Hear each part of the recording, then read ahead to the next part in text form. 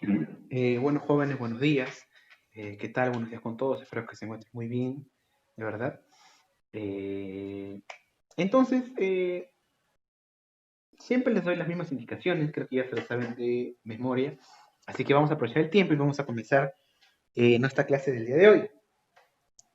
¿Tienen alguna consulta sobre la plataforma o alguna tarea? Ya saben, por interno me informan. Vamos a aprovechar el tiempo ahora para empezar nuestra clase. Y quiero comenzar la clase con una pregunta.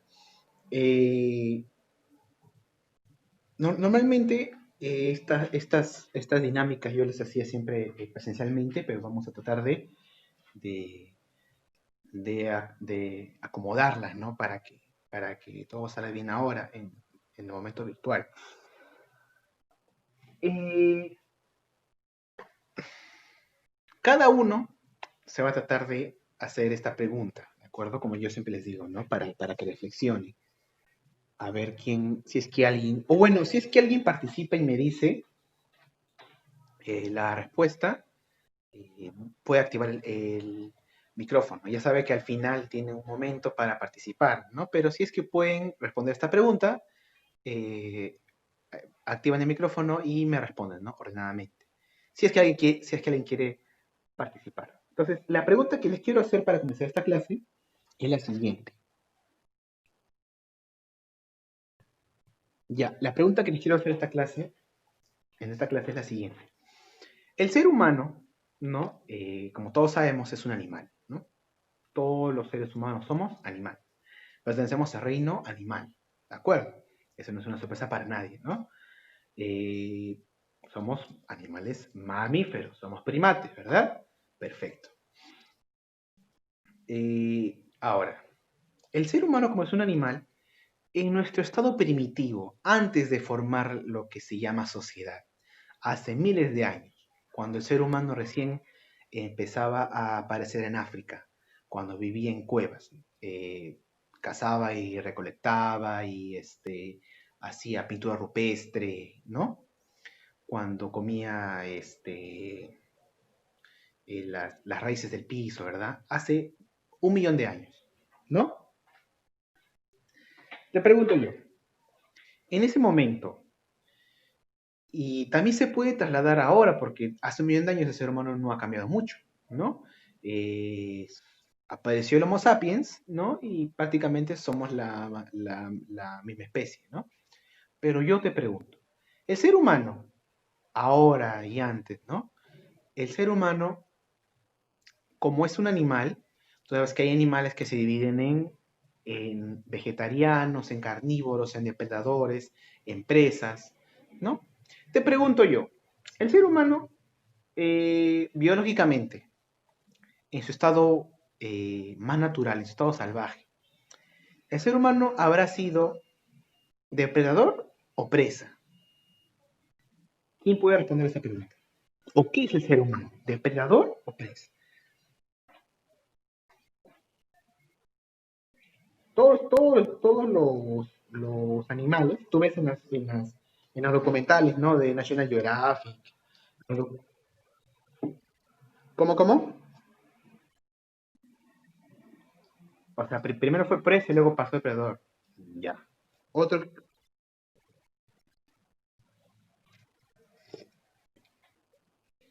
ya, claro. Otro que quiera participar, ¿alguien más?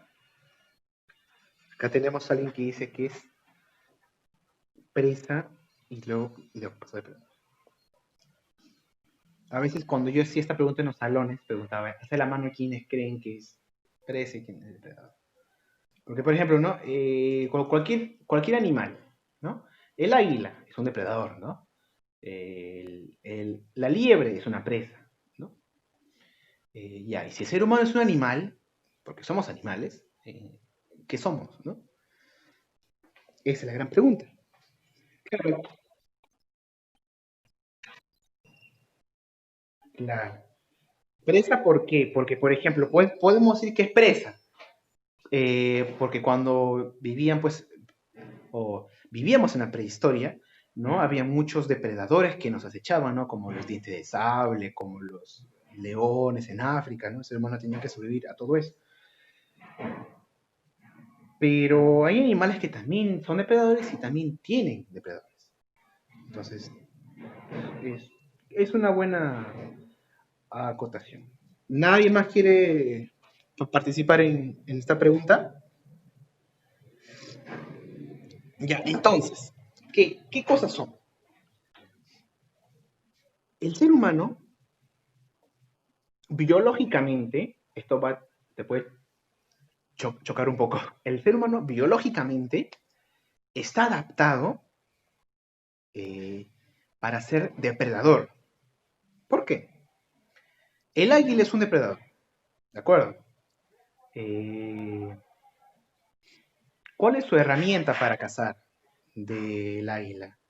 Su vista, ¿verdad? El águila puede ver, está volando a 100 metros de distancia y puede ver a una liebre que sale está escondidita, a un ratón que está no sé, 10 o hasta 100 metros de altura y lo ve el águila, pero a una perfección, ¿no? Brutal. Y con las garras llega y la atrapa.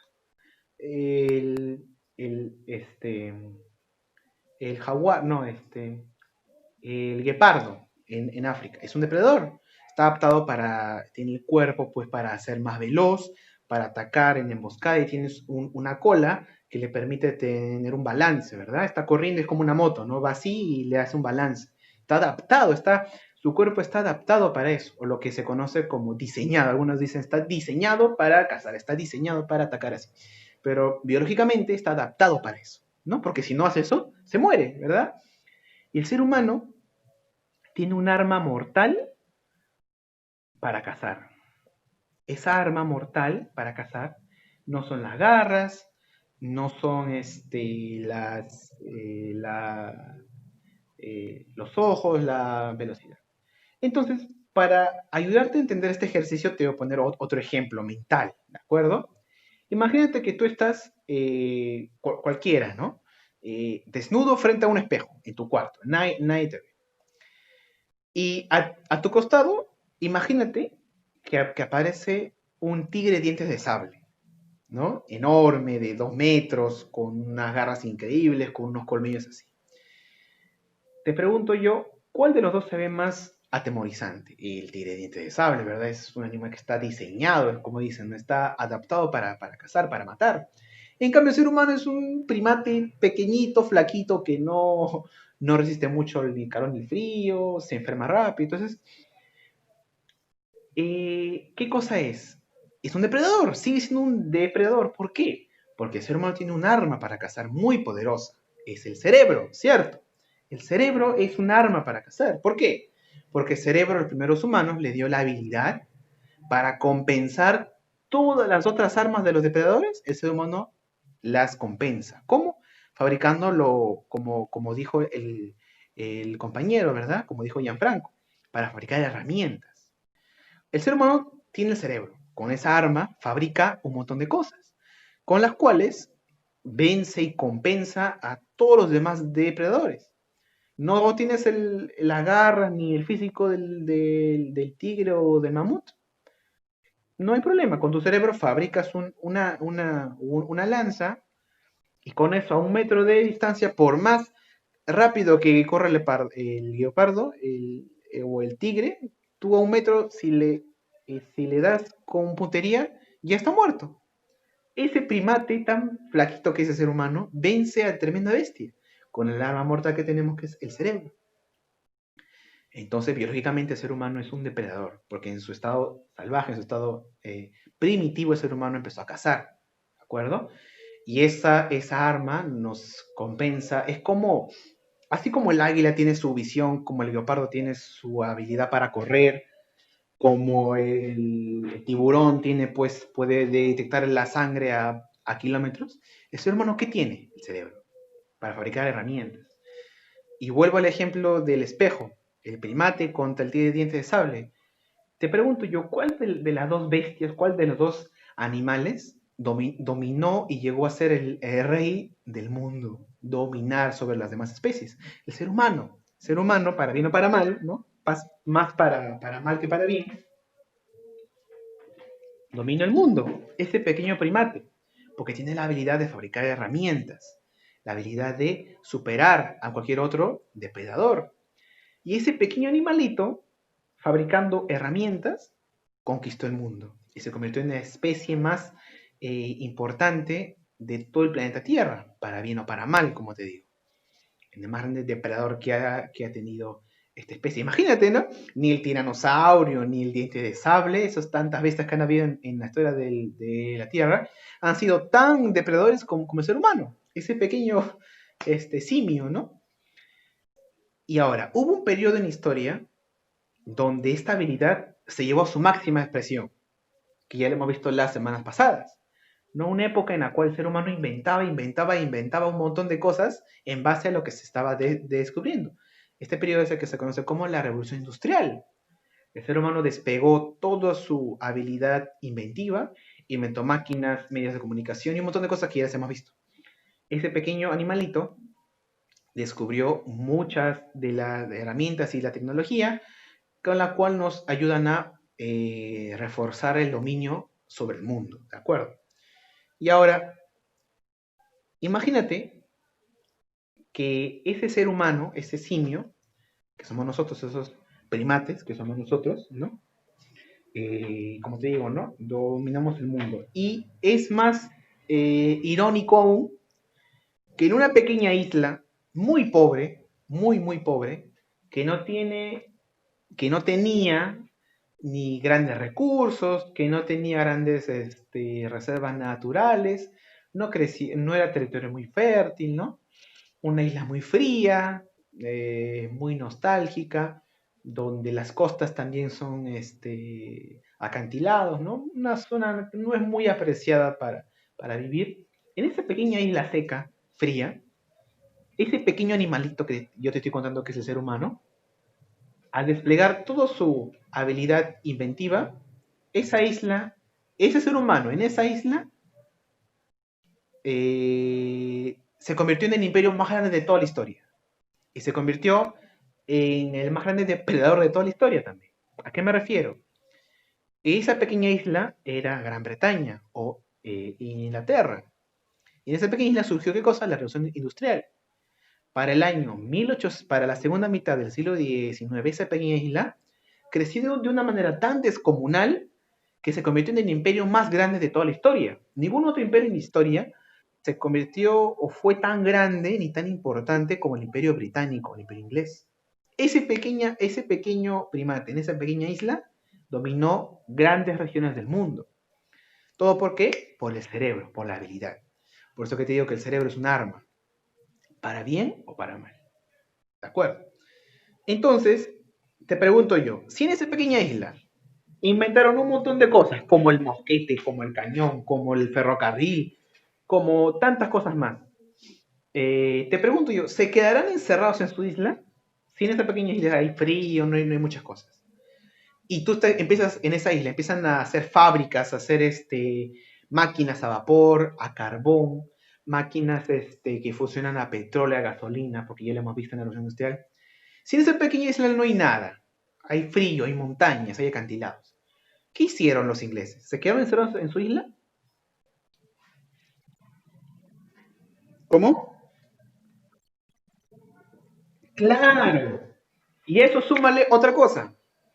El mundo del siglo XIX es un mundo muy distinto al de ahora. Primero, es un mundo sin internet, ¿no? La comunicación solamente llega al telégrafo y al teléfono, cosa que era revolucionaria para la época, ¿no? Porque antes de eso, la gente se comunicaba solamente con cartas, ¿no? Que llegaba después de un mes, ¿no? Tú le envías una carta a alguien y llegaba a un mes. Luego llegó el telégrafo y el ferrocarril. Se empezaron a descubrir nuevas regiones del mundo. Había muchas regiones del mundo desconocidas. En el siglo XIX, no estoy hablando de la época de la conquista española, no.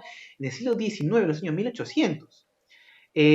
Cuando se independiza el Perú, por ejemplo, acá, que es en el mismo periodo casi, la Amazonía peruana casi no se conocía mucho. No se conocían las etnias de la Amazonía. No había carreteras hasta la sierra, hasta los Andes. No existían. No se conocía la Patagonia en el sur de Argentina. No se conocía la Antártida. Había muchas zonas desconocidas. Y en esta época, en el siglo XIX, aparecieron también nuevas novelas, nuevas obras en las cuales inspiraban o se puso de moda la exploración a lugares exóticos, extravagantes y muy lejanos, ¿de acuerdo? Ahora, como te digo, súmale que en Inglaterra está surgiendo la revolución industrial, ya son capitalistas. Súmale de que el mundo todavía hay zonas muy inexploradas. Al centro de África todavía no se conocen las tribus que están ahí en África, en el Congo, en Camerún, en Zimbabue. Son zonas inexploradas. En África, en Australia todavía hay indígenas. Hay indígenas que se reúnen en el desierto y no sé si has visto esas tribus de Australia que tienen pues como un cuerno donde hacen sonar así su música y juegan con boomerangs, ¿no? Y caminan con los canguros. En el Polo Norte no se conoce, el Polo Sur tampoco. En Norteamérica hay indígenas, hay apaches, hay pieles rojas, y así como en Inglaterra, también surgen otros países que hacen o generan esta revolución industrial, ¿no? Sobre todo en la segunda, ¿no? ¿Cuáles serán, te acuerdas, no? Inglaterra, Francia, luego viene Estados Unidos y Japón, ¿verdad? Y también eh, este, a Alemania. En Estados Unidos, ¿cómo estaba? En Estados Unidos, como hacen su revolución industrial, también se quieren expandir, a explorar estos nuevos territorios, ¿no? Desconocidos. En Estados Unidos surge este periodo, que es el periodo conocido como el Viejo Oeste, que se da en este periodo, que en California, en Texas, en, este, en, en Oregon hay un montón de tribus, ¿no? Y los estadounidenses ponen ahí ferrocarriles, van vaqueros, ¿no? Es la famosa época de los vaqueros, van y conquistan y se expanden. Entonces, Inglaterra fue uno de los pioneros en expandirse. Dicen, tenemos acá todo listo. ¿Necesitamos qué cosa? Más recursos. Ya. Necesitamos más carbón, más petróleo para hacer funcionar toda nuestra máquina y toda nuestra economía. ¿Qué hacemos? ¿Nos quedamos acá en Inglaterra? No, vamos a descubrir esas nuevas zonas inexploradas del mundo para descubrir nuevos recursos. Pero tú sabes, y eso es algo muy importante, todo imperio, todo imperio busca lo mismo, ¿no? Expandirse y agarrar recursos, pero no lo hace de una manera, pues, a ver, ¿cómo te explico? En la historia siempre se hace ver a unos como buenos y a otros como malos, ¿verdad? Eso es algo que hay que tratar siempre de verlo de una manera objetiva. El ser humano no es 100% bueno ni 100% malo, ¿no? No somos personajes de una serie, ¿no? Los seres humanos tenemos escalas de grises, ¿verdad? Cometemos errores, hacemos ciertas cosas positivas y ciertas cosas así. Pero en la historia se hace ver siempre que ellos son los buenos y ellos son los malos, ¿no? Pasa eso siempre acá en la conquista española, ¿no? Los españoles son todos malos y los indígenas fueron todos buenos. Y también hay gente que dice, no, los indígenas fueron todos salvajes y los españoles fueron todos buenos. Y esa forma de ver la historia es una forma errónea. Y otra cosa también que yo te quiero comentar es de que, por ejemplo, y esto sí es cierto, cuando un imperio se expande, ese imperio nunca se ve a sí mismo como malo. O por así decirlo, en la historia cuando supuestamente el malo hace algo malo, para él nunca es algo malo. No sé si me dejo entender. Por ejemplo, cuando Hitler hizo toda esa matanza, todo lo que hizo, para él decía que estaba haciendo algo bueno. Y para él eso era algo bueno. Nunca tú vas a ver en la historia, como en las películas, nunca vas a ver en historia que sea como en las películas, no, yo soy muy malo y voy a expandirme y voy a colonizar. No, nunca vas a ver eso en la vida real. En la vida real, los que se expanden, los que colonizan, los que se imponen, los imperios y los gobernantes, siempre hacen con la intención o con el discurso de que están haciendo lo correcto. ¿Qué hace la maldad? Nunca te va a decir que hace la maldad, te va a decir, no, yo estoy diciendo lo que es, lo correcto, mientras mata, mientras coloniza. Es así, se va a justificar. ¿Cuál fue la justificación de los ingleses para expandirse? Primero, la economía. Tenemos que recuperar nuestra economía porque nuestra maquinaria funciona con carbón, con petróleo y eso acá en Inglaterra no hay, hay que expandir.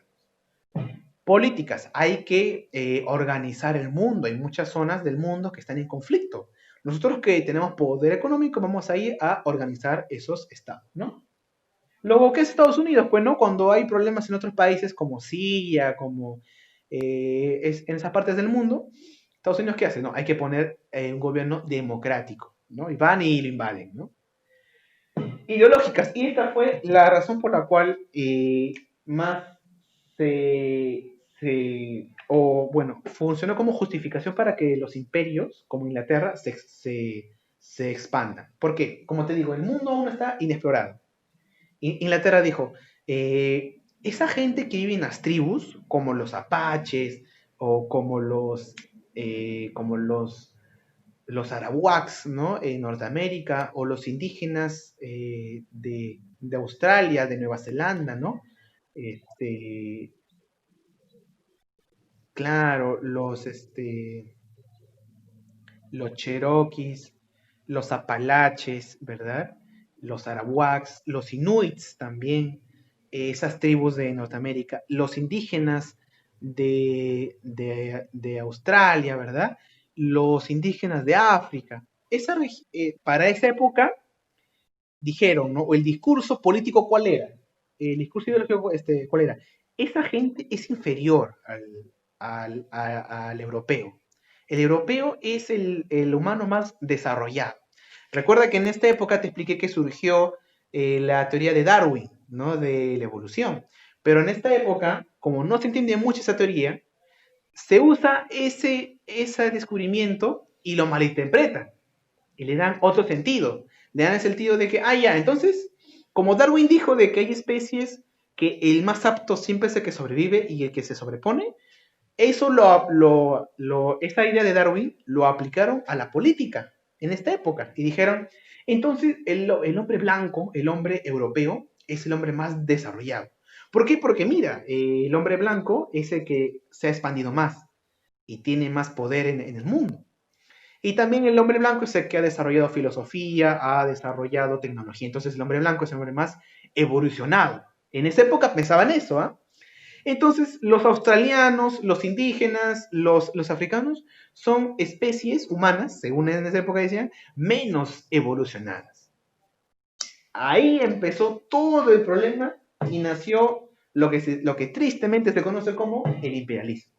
Es decir, su ideología era una ideología racista. Acuérdate de eso. Decían, en Australia hay indígenas que no conocen lo que es la ciencia, no conocen la religión. Están en tribus y bailan con el fuego. Eso es salvajismo. Vamos a ir a darles civilización. Esa es la palabra más que ha traído más muertes en la historia, ¿no? Cuando alguien dice, te vamos a civilizar, ya fuiste ya. Porque ese es el discurso que trajeron acá los españoles, ¿no? Te vamos a civilizar, indígena. Pero yo ya tengo civilización. No, lo tuyo no es civilización, lo tuyo es salvajismo, porque tú adoras al sol, ¿no? Eso pasó cuando llegaron acá los españoles, ¿no? Que ya trajeron pues lo que es la evangelización, ¿no? Esto pasó en el siglo XIX, en los 1800, ¿de acuerdo? Cuando llegaron los ingleses a esas regiones del mundo, se encontraron con tribus desconocidas. ¿Y los ingleses cómo iban? Iban con tecnología, con mosquetes, con barcos a vapor, con una preparación pero profesional. Llegaban y ¿cómo estaba África? Con tribus, así como tú ves en los documentales de National, ¿no? Geographic, las tribus, ¿verdad? De África. En esa época, todo África era así. Ahora en África tú vas, hay ciudades, ¿no? En los puertos, hay como Sudáfrica, ¿no? Ciudad del Cabo, hay Nairobi, todas las ciudades, ¿verdad? Claro, pero en la época del siglo XIX, todo África era como tú ves en los documentales, todo estaba lleno de tribus, no habían estados, eran tribus. ¿no? Algo así como ahora es algunas zonas de la Amazonía peruana, ¿no? Pero toda África era así. Llegaban los ingleses y se contaban con tribus. ¿Y qué hacían? Lo colonizaban. Lo colonizaban y se apropiaban de todo el territorio para qué? Para extraer sus recursos. Y así es como el Imperio Británico se expande por el mundo. Acá en el mapa del mundo, no sé si se ve, ojalá que se vea. Se ve un poquito, bueno, te lo voy a explicar. Este puntito de acá es Inglaterra. Es un puntito muy pequeño. Yo lo he agrandado un poco para que se vea, porque en realidad es más pequeño. Inglaterra es del tamaño, o sea, Inglaterra, a ver, tú juntas Cusco y Arequipa, te sale Inglaterra. Es un estado muy pequeño. Ese estado de acá se expandió por todo el mundo. Llegó a África, hizo todo, prácticamente la tercera parte de África la colonizó. Desde Sudáfrica hasta Egipto. Luego llegó hasta Australia y a Nueva Zelanda. Se encontró con los indígenas. ¿Y qué cosa fue lo que encontraron? Indígenas en un estado, según ellos, salvaje. Nosotros somos blancos europeos, ellos son indígenas, ellos no merecen esta tierra, hay que civilizarlos. Y ese término civilización se confundió, como te digo, con la teoría de Darwin. Y los ingleses se encontraron con tribus que no conocían lo que es el Estado, no conocían lo que es el tributo, no conocían lo que es la religión, no conocían nada de eso. Eran tribus que vivían así, en organizaciones tribales. Entonces dijeron, los civilizamos sí, pero la gran mayoría de los ingleses simplemente aniquilaban a estos indígenas, porque dijeron, no trabajan para nosotros, no saben trabajar, no saben lo que es el tributo, lo más fácil que es, los aniquilamos. Eso fue lo que pasó en Estados Unidos también. Cuando los estadounidenses estaban ya en su república, se quisieron expandir, ¿no? Y como esos indígenas se resistían a la colonización, los aniquilaban. Hoy en día no quedan muchos indígenas en Estados Unidos, ¿no? Casi no hay, ¿no? Si tú vas a los lugares de Estados Unidos donde antiguamente eran indígenas, ya quedan sus descendientes ya, pero mestizos. Ya no hay indígenas como se conocen, ¿no? Ya quedan prácticamente de lo que eran antes cientos de miles, ahora quedan cientos, ¿no? O hasta decenas, ¿no? Poquísimos en Estados Unidos. Inglaterra se dedicó a hacer esto. Por eso te decía que la colonización inglesa fue una de las colonizaciones más brutales. Llegaban, se encontraban con indígenas y como se resistían a la colonización, simplemente o los mataban o a los que quedaban los adoctrinaban a la cultura inglesa. A que tenga amor a la reina y que tenga pues amor al idioma inglés y amor a la cristiandad. Y a los que no se querían resistir, a las tribus que se resistían, simplemente los aniquilaban. Por eso te decía que el imperio inglés fue distinto al imperio español del siglo XVI o XV. ¿Por qué? Porque el imperio español llegó a América, ¿de acuerdo? ¿Y con qué se encontró? Con dos imperios muy grandes, con el imperio azteca y el imperio inca, que eran dos imperios que funcionaban como estados muy bien. Los indígenas en Perú y en México sabían lo que era el Estado, sabían lo que era el tributo, sabían lo que estaba Japaroto, sabían qué cosa es la religión. Tú sabes muy bien eso, pues tú eras del Perú, ¿verdad?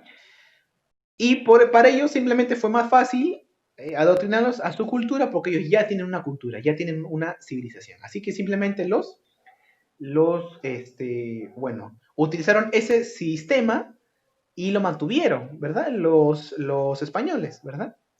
¿Para qué lo vamos a matar si ya trabajan para nosotros? Eso fue lo que aplicaron los españoles, ¿no? Y los españoles no aniquilaban a sangre fría, ¿no? Sino, los evangelizaban y hacían trabajar para los españoles. ¿De acuerdo? Esto no quiere decir que tampoco sean unos señores que regalan amor, ¿no? Simplemente fue así el sistema, ¿de acuerdo?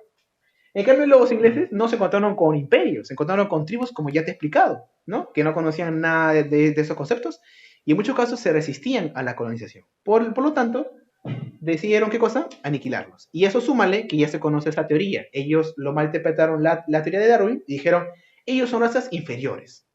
Nosotros somos raza más evolucionada, ¿no? Los europeos. Merecemos esta tierra.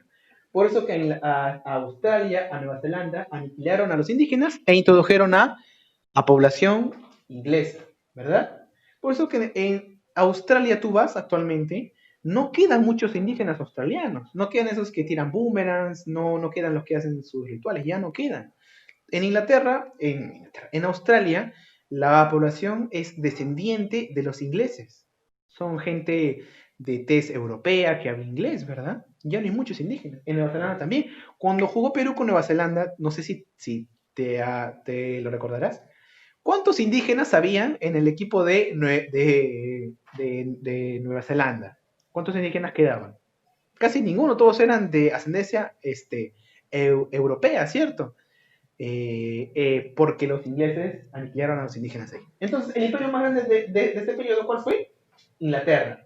Tenía colonias en Norteamérica. Su colonia más grande en Norteamérica fue Canadá. Te recuerdo que ya había perdido Estados Unidos, porque Estados Unidos ya se había independizado. Ahora su colonia más grande era Canadá. En África, ¿cuál era su colonia más importante? Sudáfrica, ¿de acuerdo? Y toda esta banda que había hecho, todo este camino que había hecho en África. En Asia, su colonia más grande, la India, ¿verdad? En la India, como ya conocían lo que es tributo, imperio, todo eso, y había una población muy inmensa y una cultura milenaria, los ingleses no los aniquilaron. Simplemente hicieron que trabajen para ellos. Acá sí los aniquilaron a todos los indígenas, ¿no? En Australia y Nueva Zelanda. Actualmente, dato, todos estos países que eran colonias de Inglaterra hablan inglés. Curiosidad, no, porque ellos llevaron su idioma inglés a estas partes del mundo, a estas partes del mundo. Es por eso que el idioma inglés actualmente es el idioma universal, porque Estados Unidos habla este idioma, que es la potencia mundial, e Inglaterra llevó este idioma a varias partes del mundo. Por eso que el inglés se conoce como el idioma universal, o el idioma del capitalismo, si se quiere poner ese nombre. El segundo imperio más importante después del inglés fue el francés, que tenía grandes colonias en África Occidental, lo que ahora es Marruecos, Argelia, ¿no? ¿Te acuerdas tú que, no sé si tú habrás visto fútbol, en el Mundial de Rusia, el último, el campeón fue Francia? Y había mucha gente, muchos jugadores del equipo francés que descendían de las antiguas colonias que tuvo Francia en África, de Marruecos, de Argelia, de Mali, ¿verdad? De esas zonas, los descendientes llegaron a Francia, ¿de acuerdo? ¿Por qué? Porque también los franceses llevaron el idioma aquí, ¿verdad? El idioma francés. Por lo que el idioma francés también es un idioma muy importante para el mundo, ¿verdad? Por los imperios coloniales, ¿verdad? Estamos en el periodo del imperialismo. Alemania ya tuvo un imperio más reducido. No solamente tenía las colonias de Camerún y de Tanganica, lo que ahora es Tanzania, ¿no? No llegó a sobreponerse mucho este imperio. Y finalmente el imperio belga, que en Bélgica el rey Leopoldo compró un país, así de simple, compró un país, compró el Congo. Llegó a África y dijo, esto no es de nadie, ¿no? Ya, yo lo compro. Hizo un documento y pagó a los imperios y dijo, ya, esta es mi tierra, esta es mi casa.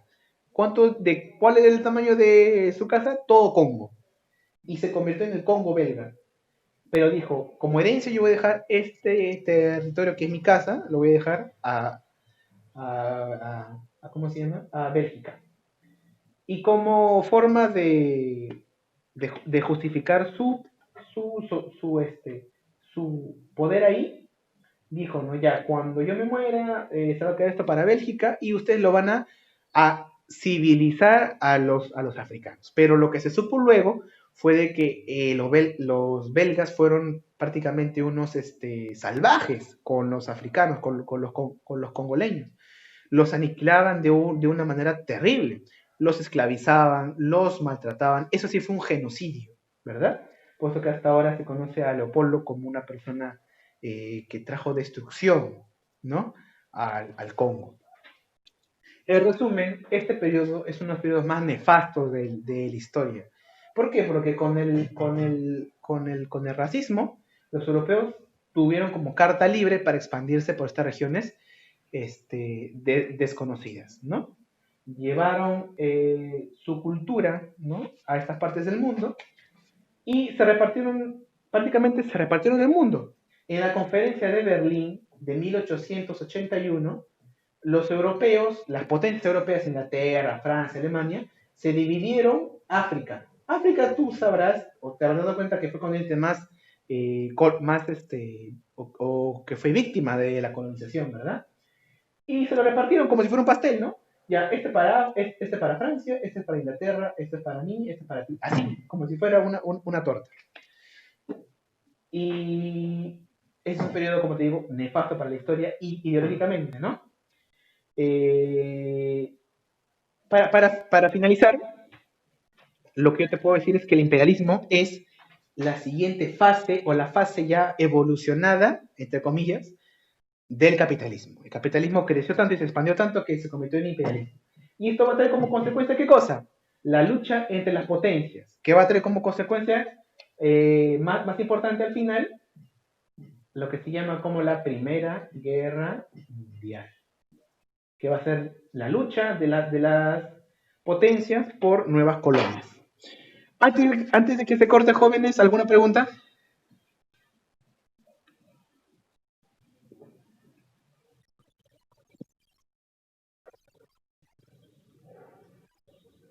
Aparte, aparte de Bélgica, ¿cómo?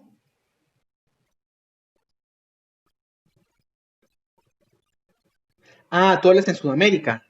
Claro, porque tú sabes que cuando terminó la guerra del Pacífico, esa armada o ese ejército en Chile tuvo la famosa campaña del desierto en el sur, ¿verdad? Donde aniquilaron a todos los indígenas, porque en esta época se entiende de que la raza, como se llamaba en esa época, europea era la superior.